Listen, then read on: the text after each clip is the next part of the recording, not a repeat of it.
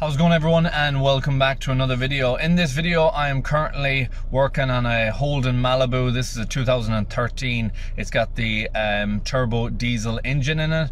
Engine management light is on, low in performance, and it is restricted, so up around the 70 to 80 k's, kind of goes into like a limp home mode type of performance. Going to be going through the faults and hopefully sharing with you what resolved this issue.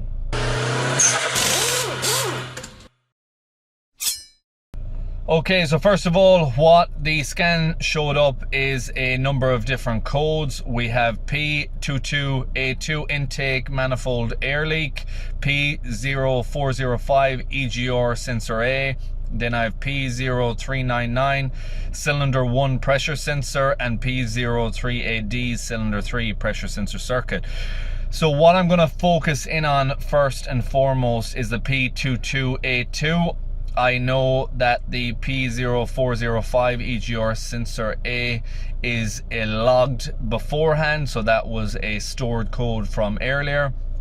The immediate one that has been flagged very recently is P2282, so intake manifold air leak. That's the one I'm going to be looking into and hopefully finding what's causing that fault.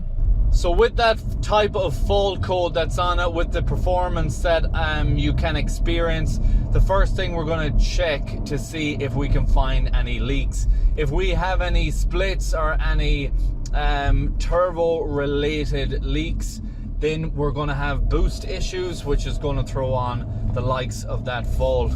So I'm going to do a visual inspection when I get back to the workshop. Depending on if I find something or not, I may put the smoke machine onto it and see if I can find any leaks that may be causing this performance issue. So what you're seeing here is me now back at the workshop in real time, checking to see if I can find any leaks. I'm working my way back from the mass airflow. I'm looking at the intake piping to the turbo to see if there's any cracks, any splits, anything that would cause any issues downstream from that sensor.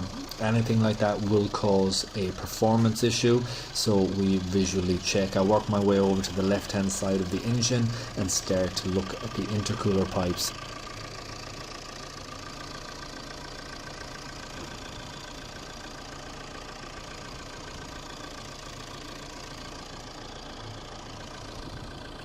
And as you can see here, there is a split in that passenger side intercooler pipe, so I know straight away I have found a fault that needs to be rectified. I don't need to take the smoke machine out, and I don't really need to do any more testing until after this pipe is fitted. I contact the customer is happy to go ahead, so I order that part, and then later on I come back to install that component.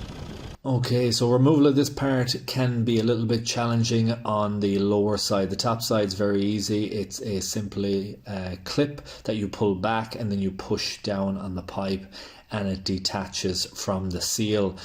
On the lower side you have a couple of different options. If you go genuine and you get the full part, you'll have a U plastic bracket that attaches as well. That can be very difficult to remove, or you can have the hose on its own and that will be easier, but you'll have the covers on the underside to remove, possibly the left hand wheel arch guard as well to be pulled back, just to remove enough so you can gain access. But once you have that, you get enough access, the install is quite simple and straightforward. So after I have it all back together and I'm comfortable with looking around the bonnet, there's nothing else visible that I could see, I clear all of the lights and then I bring it for a test drive.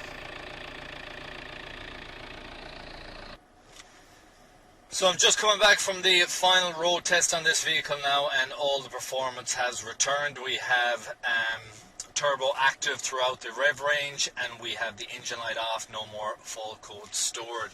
So if you have this fault in your vehicle and you want to assess to see if it's the same, be certain to check out that intercooler pipe to see if it's split. From memory, because I have worked on these Malibus previously, you can have a Cruze that has the same issue, a Holden Cruze. I think they have the same diesel engine, and a Vauxhall Opel Insignia, I also believe they have the same engine as well, if not very, very similar.